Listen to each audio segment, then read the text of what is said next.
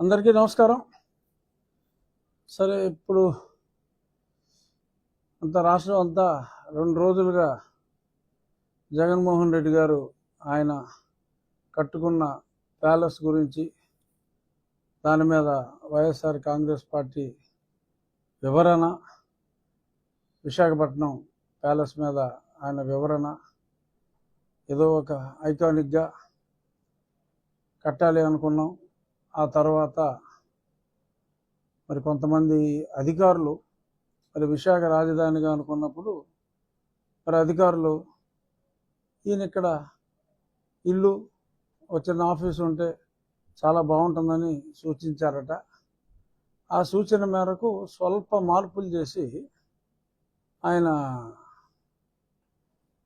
నివాసానికి అనుగుణంగా స్వల్ప మార్పులు చేసి ఏదో సింపుల్గా కేవలం ఒక 500 కోట్లు ఖర్చు పెడితే, అంటే అతని ఉద్దేశంలో అతను తినేసింది 1000 కోట్లు 1,00,000 కోట్లు ఉంది కాబట్టి అవన్నీ మర్చిపోయి 500 కోట్ల కోసం ఎదగోవడం ఏంట్రా అన్నట్టుగా మరి ఆయన ఫీల్ అయ్యారా అన్నది నాకు అర్థం కాల. అంటే ప్రజలకి ఇంకా ఇంగిత జ్ఞానం లేదు అని జగన్మోహన్ రెడ్డి గారు ఎందుకని భావిస్తున్నారు అనేది నాకైతే అర్థం కావట్లేదు. ఈయన 5 నెలల క్రితం 7 నెలల క్రితం వాళ్ళ అధికారులు ఐడెంటిఫై చేశారని చెప్పడం జరిగింది. 3 సంవత్సరాల క్రితం ఆ కొండ మీద ఆ రిషికొండ కోట కట్టడం ప్రారంభించారు. అది అందరికీ తెలుసు. నేను సుమారు 2 సంవత్సరాల క్రితం ఒక బ్లాకు జగన్మోహన్ రెడ్డి ఇంటి బ్లాకు, ఆ పక్కన సెక్రటరీస్కి ఒక బ్లాకు, సెక్రటరీస్ వీళ్ళందరూ కనీసం 10-15 మంది సెక్రటరీలు ఓవర్ నైట్ స్టేక్ కానీ కపుల్ ఆఫ్ డేస్ స్టేక్ కానీ ఇంకొక బ్లాక్ అని చెప్పి ఇప్పుడు 2 ఏళ్ళ క్రితమే నేను చెప్పా. అది రికార్డు ఉంటుంది. 2 ఏళ్ళ క్రితమే నేను ఏ బ్లాక్ దేనికోసం కట్టాడు, ఈ విజయనగరం బ్లాకు, గజపతి నగరం బ్లాకు, కళింగ బ్లాక్, ఇవన్నీ తొక్కలో కవర్లు. అతను ఇల్లు కట్టుకుంటున్నాడు, ఇంటి దగ్గర ఒక ఆఫీస్ కూడా పెద్ద ఆఫీస్ పెట్టుకుంటున్నాడు. ఎలా అయితే తాడేపల్లి కొంప పక్కన ఉన్న ఆఫీస్ నడుపుకుంటూ సెక్రటేరియట్కి వెళ్లకుండా ఎలా కాలక్షేపం చేస్తున్నాడు, విశాఖ రాజధాని అని చెప్పి అలాగే కాలక్షేపం చేయబోతున్నాడు అని చెప్పి నాకు ఎప్పుడో తెలుసు ఈ విషయం. ఆ విషయాన్ని నేను అప్పుడే చెప్పడం జరిగింది. మరి ఇలాంటివి మరి ప్రజలకు తెలియదు అనుకుంటారు, ఏమనుకుంటారు. కేవలం ఎవడో అధికారి ప్రవీణ్ ప్రకాశం, ఇంకెవడో మాలోకం ప్రకాశం వాళ్ళు సూచించారట సీఎం గారికి ఇదైతే భలే సూట్ అవుద్దని. అందుకని అప్పటికప్పుడు మార్పులు చేసి మరి అప్పటికప్పుడు 26 లక్షల కమోడు, 50 లక్షల టబ్బు, బాత్రూము. ఆ బాత్రూమే పేదవాడికి, అంటే నిత్యం పేదవాడి తరఫున పెత్తందారులతో పోరాడే జగన్మోహన్ రెడ్డికి మరి ఆ పేదవాడి 2 పేదల ఇల్లు సైజు కన్నా పెద్ద బాత్రూము, ఆ కమోడ్ ఖరీదు ఒక 12 పేదవాడి ఇళ్ళ ఖరీదు అయిన కమోడు. అంటే ఇవన్నీ ఆయనకి చచ్చినంత డబ్బు ఉంది. జగన్మోహన్ రెడ్డి గారు ఏదో బీచ్లో సైడ్ కొనుక్కుని ఆయన 500 ఎట్టు కట్టుకున్నా కూడా ఎవరో బాధపడ్డాం.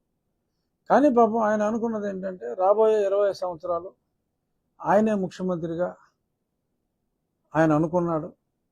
అనుకుని ఆ మాత్రం ఖర్చు మనకెందుకు అని చెప్పి ప్రభుత్వం ఖర్చుతోటే ఆయన కట్టించుకున్నాడు.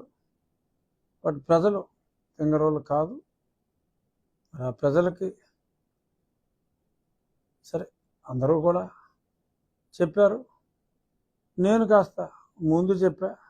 ఎందుకంటే ముందుగా ఇతని గురించి గ్రహించింది నేను కాబట్టి.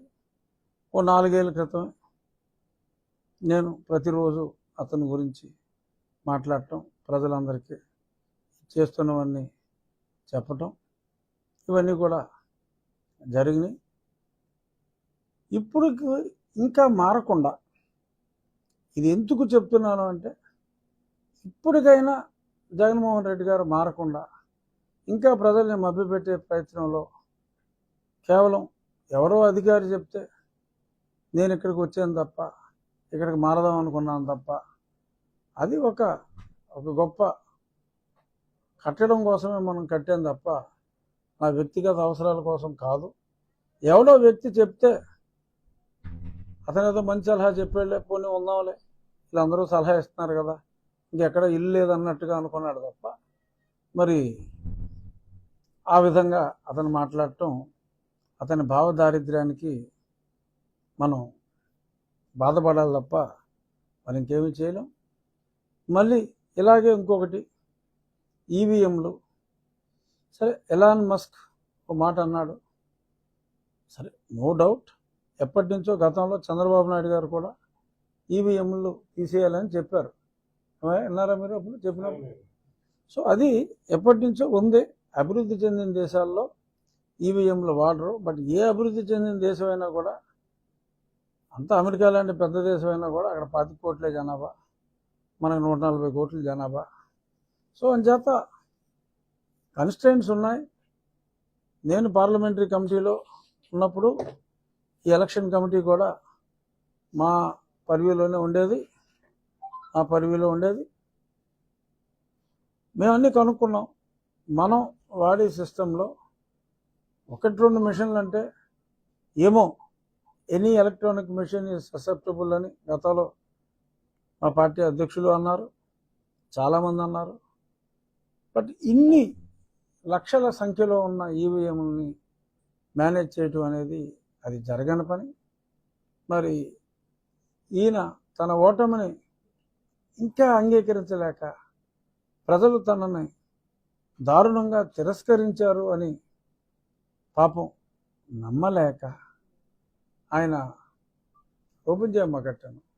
ప్రజలు తిరస్కరించారు అనే పచ్చి నిజాన్ని జీర్ణించుకోలేక ఈ రకంగా మరొక భావదారిద్ర్యానికి ఆయన పాల్పడటం దురదృష్టం.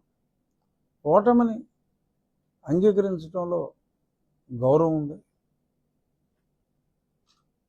ఈ షుడ్ హ్యావ్ యాక్సెప్టెడ్, ఎస్ తెలుసో తెలియకో తప్పులు చేశా, మన్నించండి అని ఒక మాట అనుంటే మేబీ కొంత స్టేచర్ పెరుగుండేదేమో. అసలే పడిపోయిన స్టేచర్ని మరింత పాతాల పంచుల్లోకి తొక్కుకుంటున్న జగన్మోహన్ రెడ్డి అవస్థను చూసి జాలిపడాలా, మరి ఇంకేంటో నాకైతే అర్థం కావట్లేదు. ఇది కేవలం ఆల్రెడీ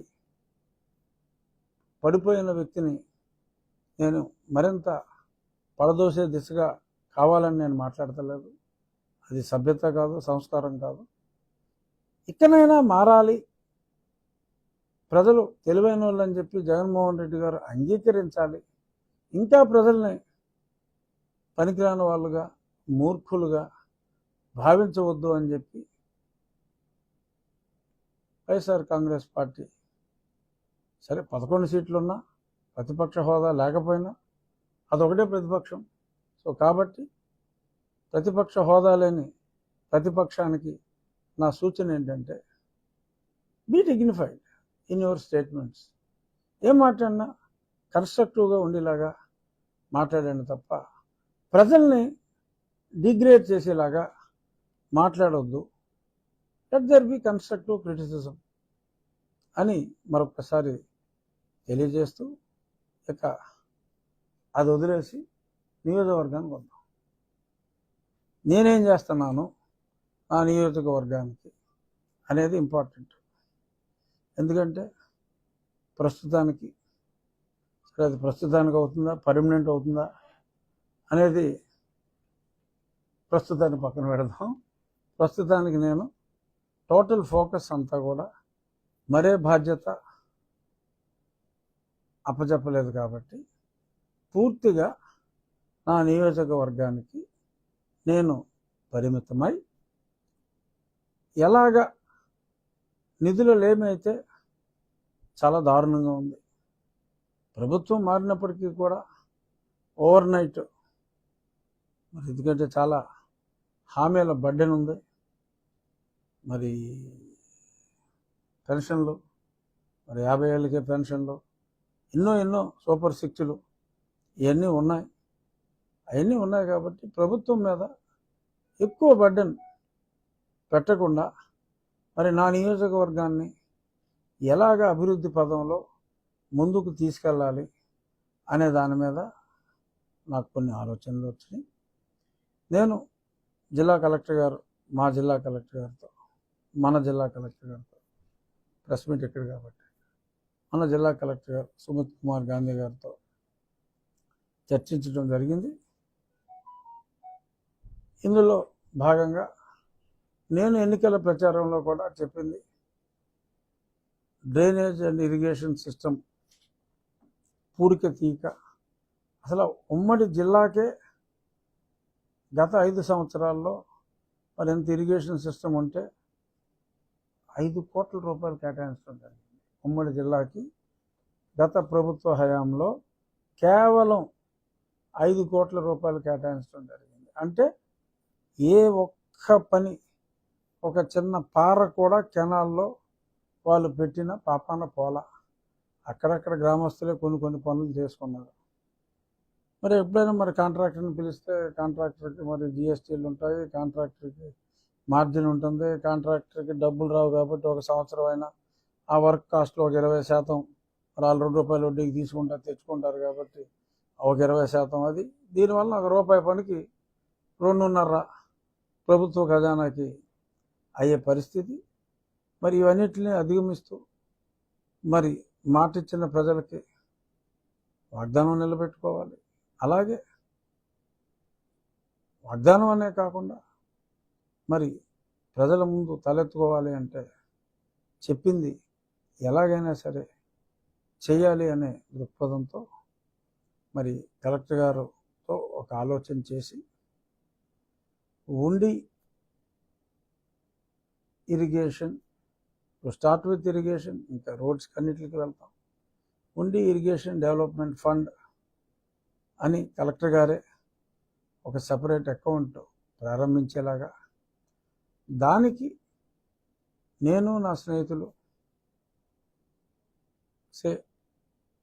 ఒక 50 లక్షల రూపాయలు ఆ ఫండ్లో మా వ్యక్తిగతంగా మేము జమ చేసి, అలాగే ఆక్వాకల్చర్లో ఉన్న, ఎందుకంటే అగ్రికల్చర్ ఇప్పటికే అస్తవ్యస్తంగా ఉంది, ఇంకా గత ప్రభుత్వం ఇవ్వాల్సిన డబ్బులే సరే, ఇంకా ప్రభుత్వమే కాబట్టి రైతులకు రావాల్సిన డబ్బులు ఉన్నాయి, ఎవరి కష్టాలు వాళ్ళు ఉన్నారు, వరి రైతులు.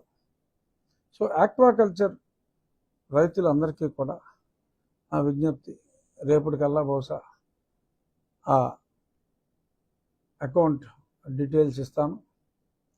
ఎకరానికి కేవలం ఒక ₹1000, ఎందుకంటే లీజే 80,000 90,000 ఉంది.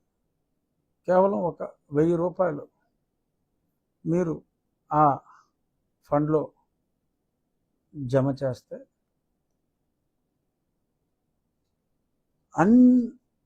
అన్ని కెనాల్స్లో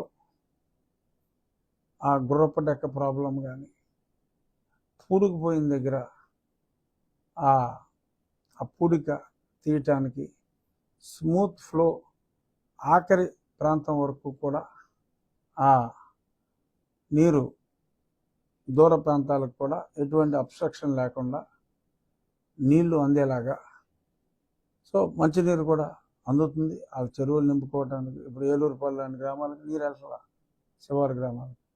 సో ఈ అవస్థలన్నీ అధిగమించేలాగా ప్రతి రైతు కూడా ఇందులో, అంటే ప్రజలు ఇందులో భాగస్వాములు అయ్యేలాగా, ఎవరికి కూడా బర్డెన్ ఉండదు. అతి తక్కువ కాస్ట్లో, కాస్ట్ టు కాస్ట్ ఒక బుక్ లైనర్ని అవర్లీ బేసిస్లోనే అద్దెకి తీసుకొని ఆ గ్రామస్తులే ఆ వర్క్ మానిటరింగ్కి అధికారులు ఉంటారు. బట్ ఆ గ్రామస్తులు ముందు సర్టిఫై చేయాలి. ప్రతి గ్రామంలోనూ ఎవరైతే ప్రధాన దాతలు ఉంటారో వారిని ముఖ్య పాత్రధారిగా పెట్టి వారు ఆ వర్క్ ప్రోగ్రెస్ పక్కూరు వెళ్ళేటప్పటికి ఆ పక్కూరు గ్రామ పెద్ద he would take the lead.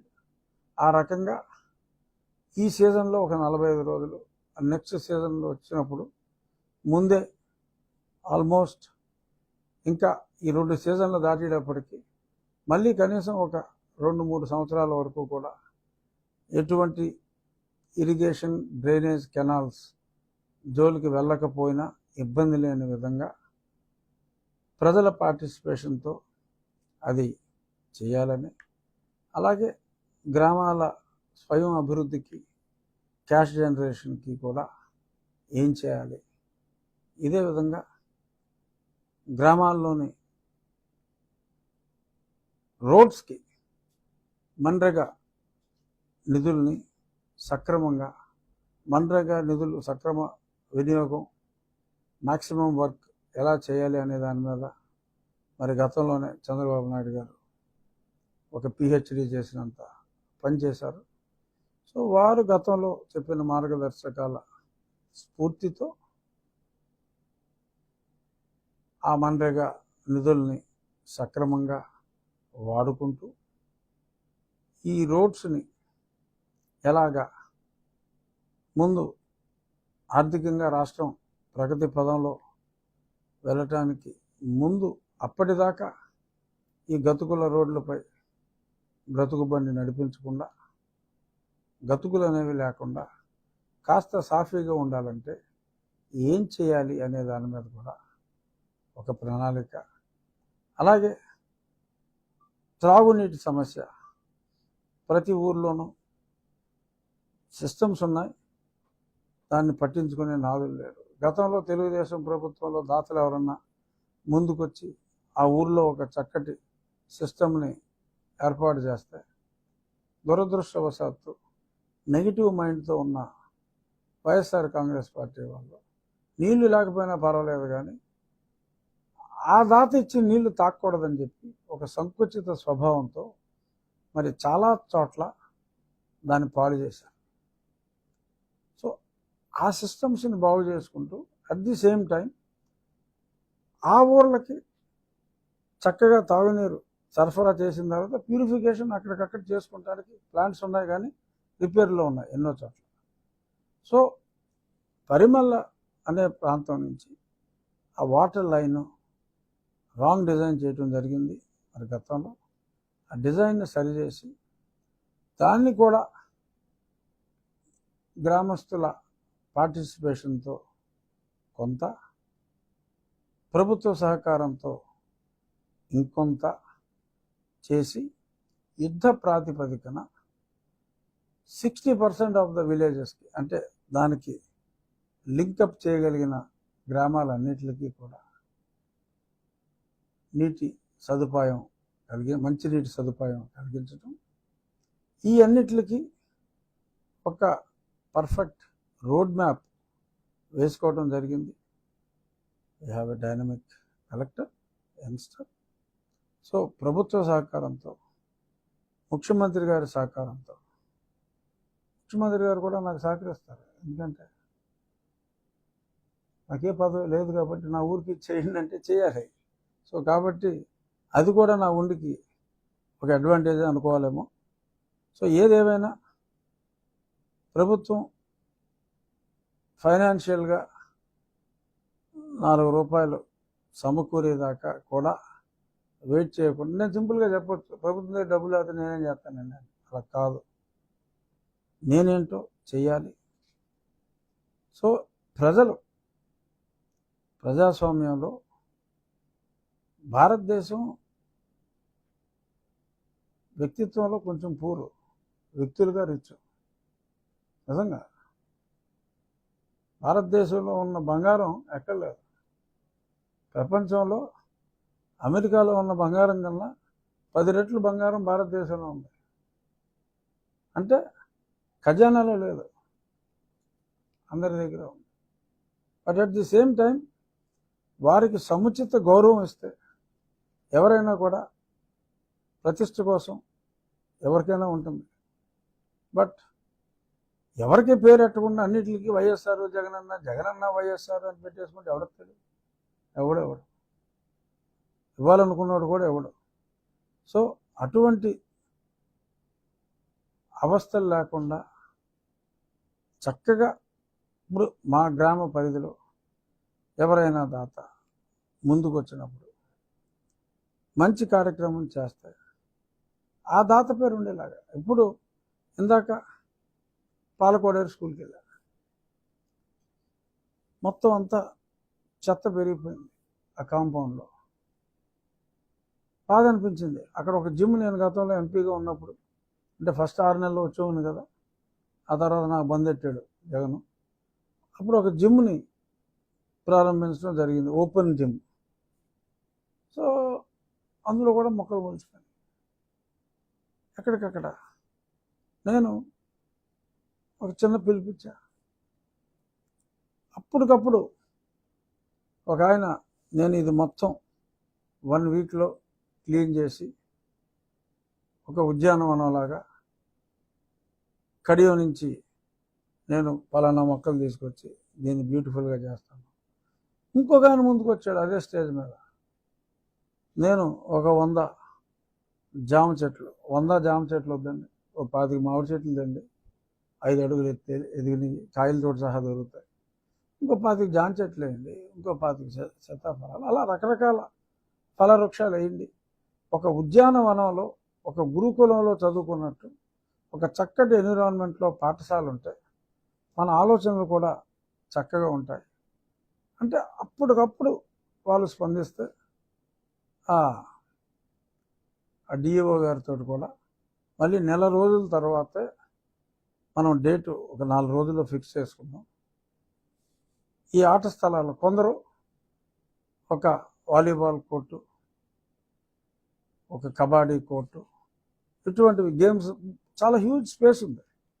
ఇటువంటివన్నీ కూడా ఆ క్రీడా ప్రాంగణాలు, చక్కటి ఉద్యానవనం, ఒక ప్రశాంతమైన ప్రకృతి ఉండేలాగా చిన్న మోటివేషన్. ప్రభుత్వానికి దమ్ముడి ఖర్చు లేదు, ఆ ఊర్లోనే డబ్బున్న ప్రజలు. కాకపోతే ఆ గార్డెన్ దగ్గర ఒక బోర్డు పెడతాం, సో అండ్ సో ఫలానా నాయుడు గారు, ఫలానా రాజు గారు, లేదంటే ఫలానా శాస్త్రి గారు సౌజన్యంతో నా బోర్డు పెడతాం, వాళ్ళకు సాటిస్ఫాక్షన్. సో ఇలాగా అన్ని ప్రభుత్వం చేయక్కర్లేదు, ప్రభుత్వం మీద కూడా ఎక్కువ ఆశలు, ఎందుకంటే చిన్నాభిన్నం చేసాడు కాబట్టి మోహన్ రెడ్డి గారు. మనం మన కాళ్ళ మీద మన గ్రామ ప్రజల, బెదవారు ఉన్నారు, బెదవారిని మనం డిస్టర్బ్ చేయకూడదు. బట్ ఎవరైతే ధనికులు ఉన్నారో, ఎవరైతే ఉన్నత వ్యక్తిత్వం గలవారు ఉన్నారో, వాళ్ళ వ్యక్తిత్వానికి విలువిస్తూ వాళ్ళు చేసిన పనికి నా పేరో మా నాన్న పేరో, అంటే జగనన్న, వైఎస్ఆర్ అనే పేర్లు కాకుండా వారికి గౌరవం ఇస్తూ ముందుకెళ్తే ఏదైతే ఒక రోడ్డు కావచ్చు, ఒక డ్రైన్ కావచ్చు, ఎన్ని పనులైనా చేయొచ్చు. అలాగే మొన్న నాకు ఒకరు వచ్చి నాకు డయాలసిస్ భీమవరంలో ఎక్కడా దొరకట్లేదండి, ఏలూరు వెళ్ళి చేయించుకోవాల్సి వస్తుంది, చాలా ఇబ్బందిగా ఉంది, ఫలానా హాస్పిటల్లో నాకు డయాలసిస్కి చేయించుకునే అవకాశం ఇవ్వండి. ఏంటి డబ్బులు ప్రాబ్లమా? కాదండి, ఎక్విప్మెంట్ లేదు. అంటే కిడ్నీ ఉద్దానాలు ఇచ్చేసామని చెప్పి జగన్మోహన్ రెడ్డి గారు చెప్పేవాడు. అసలు డయాలసిస్ చేయడానికి ప్రొవిజన్ లేకుండా డయాలసిస్ పేషెంట్లు విజయవాడకి, ఏలూరుకి వెళ్ళి మరి డయాలసిస్ చేయించుకోవాల్సిన పరిస్థితి వచ్చిందంటే, నీ ఇంటికో డాక్టర్ వస్తాడు, అలో డాక్టర్ పథకాలు, ఇవన్నీ దేనికి? అంటే అతను పెట్టిన పథకాల గురించి చెప్తున్నా. అంటే చెప్పేది కొండంత, చేసింది గోరంత కూడా లేదు. అలాగని ఇప్పుడు ప్రభుత్వాన్ని నాకు ఇక్కడ ఒక అత్యాధునిక డయాలసిస్ సెంటర్ పెట్టు అంటే సొమ్ము లేదు. మరి ఏం చేయాలి? నిన్న నేను ఆకివీడులో డాక్టర్స్తో మీట్ అయినప్పుడు ఆ సమావేశంలో ఈ చర్చ వచ్చింది. వెంటనే ఒక సలహా ఇచ్చారు, ఆకివీడులో కొత్తగా బిల్డింగ్ హడావుడిగా ఓపెన్ చేశారు, రూమ్స్ ఖాళీ ఉన్నాయంటే ఉన్నాయి.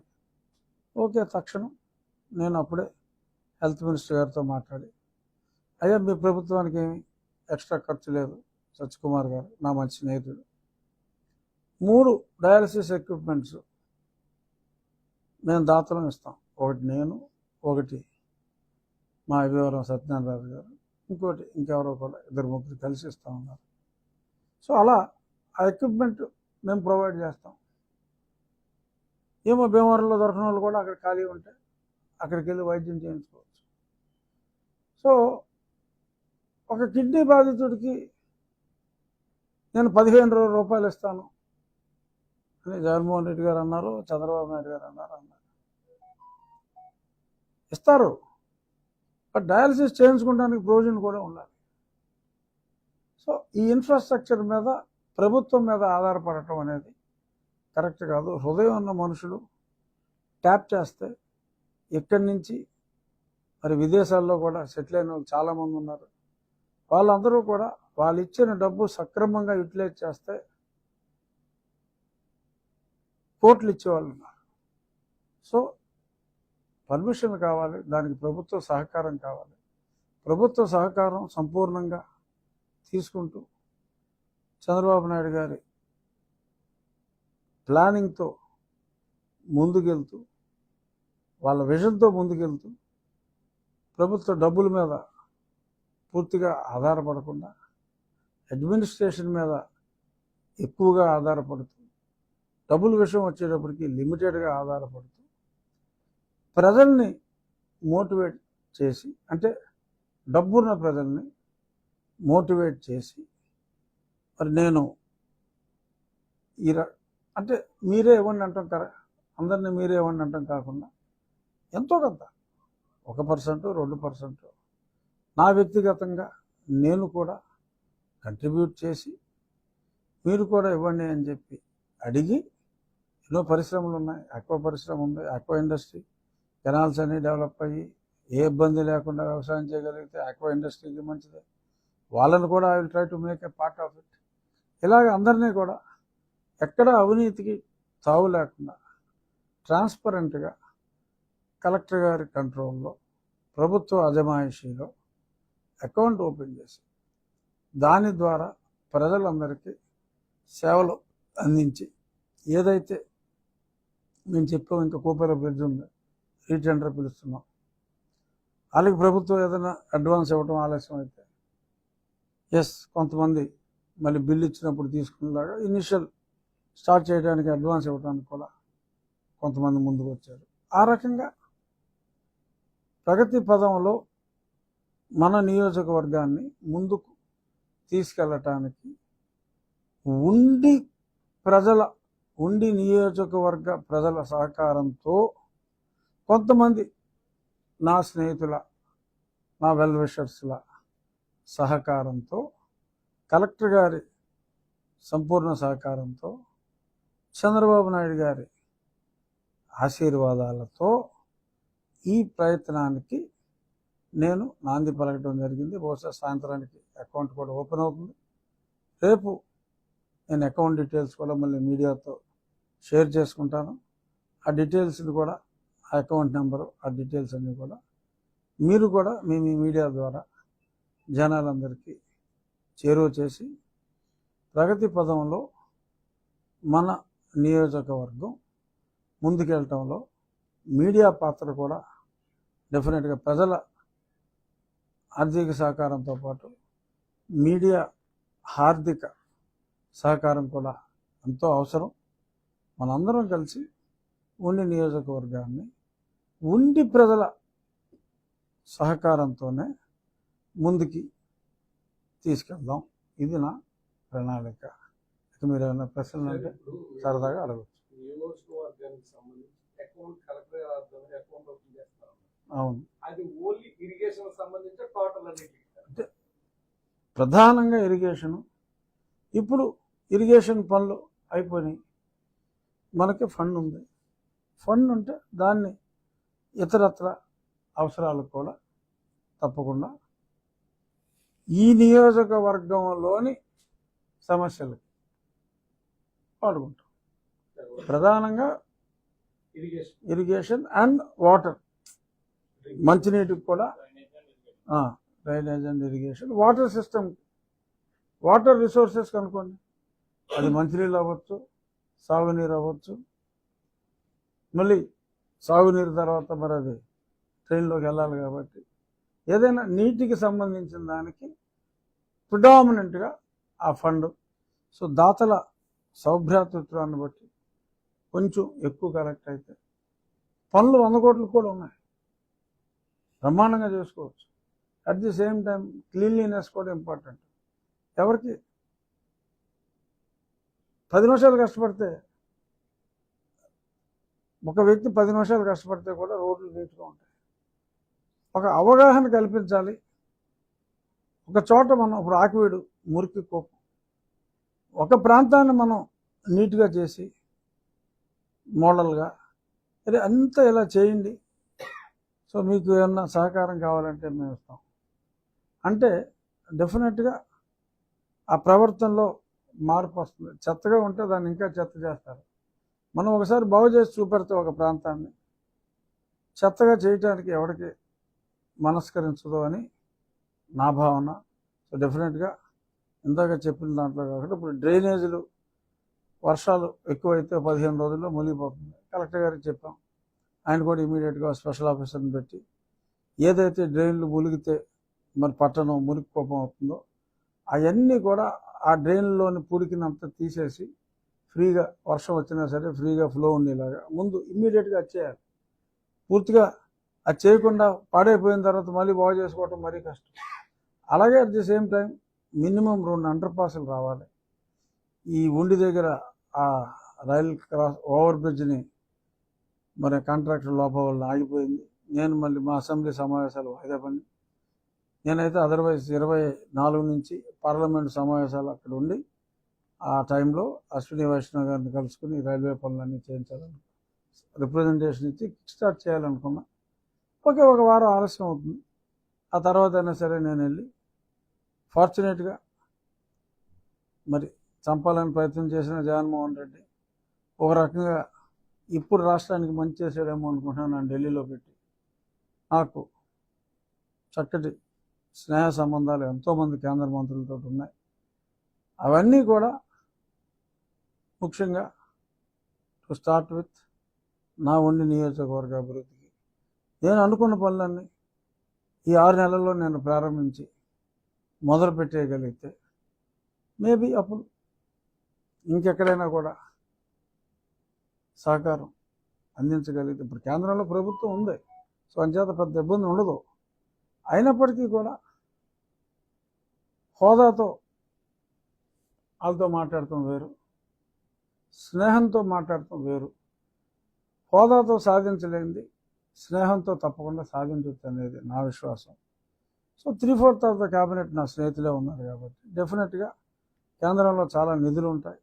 ఆ నిధుల్ని సక్రమంగా తీసుకొచ్చి బాగు చేసుకుంటానికి ఎంతవరకు నేను కృషి చేయగలను, నా శక్తి వంచన లేకుండా అంత కృషి నేను చేస్తానని చెప్పి మీడియా ద్వారా ఉండి నియోజకవర్గ ప్రజలకి నేను తెలియజేస్తున్నాను. ఇప్పుడు ఓవరాల్గా మీరు ఎమ్మెల్యే అయిన కాడి నుంచి ఇవాటి వరకు కూడా నియోజకవర్గం అంతా పర్యటిస్తున్నారు. దీంట్లో మేజర్గా పబ్లిక్ మిమ్మల్ని అడుగుతున్న ప్రధాన సమస్య ఏంటంటే అవన్నీ ఎలక్షన్ టైంలోనే అడిగారు. వాళ్ళు అడగకముందే నేనే చెప్తున్నా. ఇప్పుడు ఈ ప్రెస్ మీట్ ఆంతర్యం కూడా అదే. నేనేం చేయబోతున్నానో నేను చెప్పా. సో అది ఇందులో ఏదైనా ఆలస్యం అయిందనుకోండి అప్పుడు వాళ్ళే అడుగుతారు, ఏమంటే మీరు అలా అన్నారు, అది కొంచెం ఆలస్యమైంది. ఆ అడిగే పరిస్థితి నేను తెచ్చుకోనని చెప్తున్నా.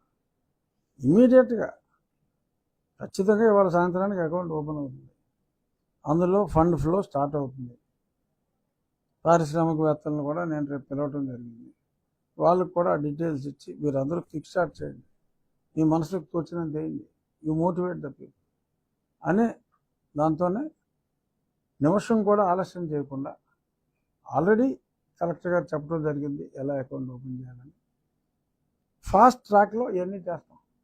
సో చేసిన తర్వాత నాకు తెలిసి అభినందనలే ఉంటాయి తప్ప వినతులు ఉండవని నేను అనుకుంటున్నాను.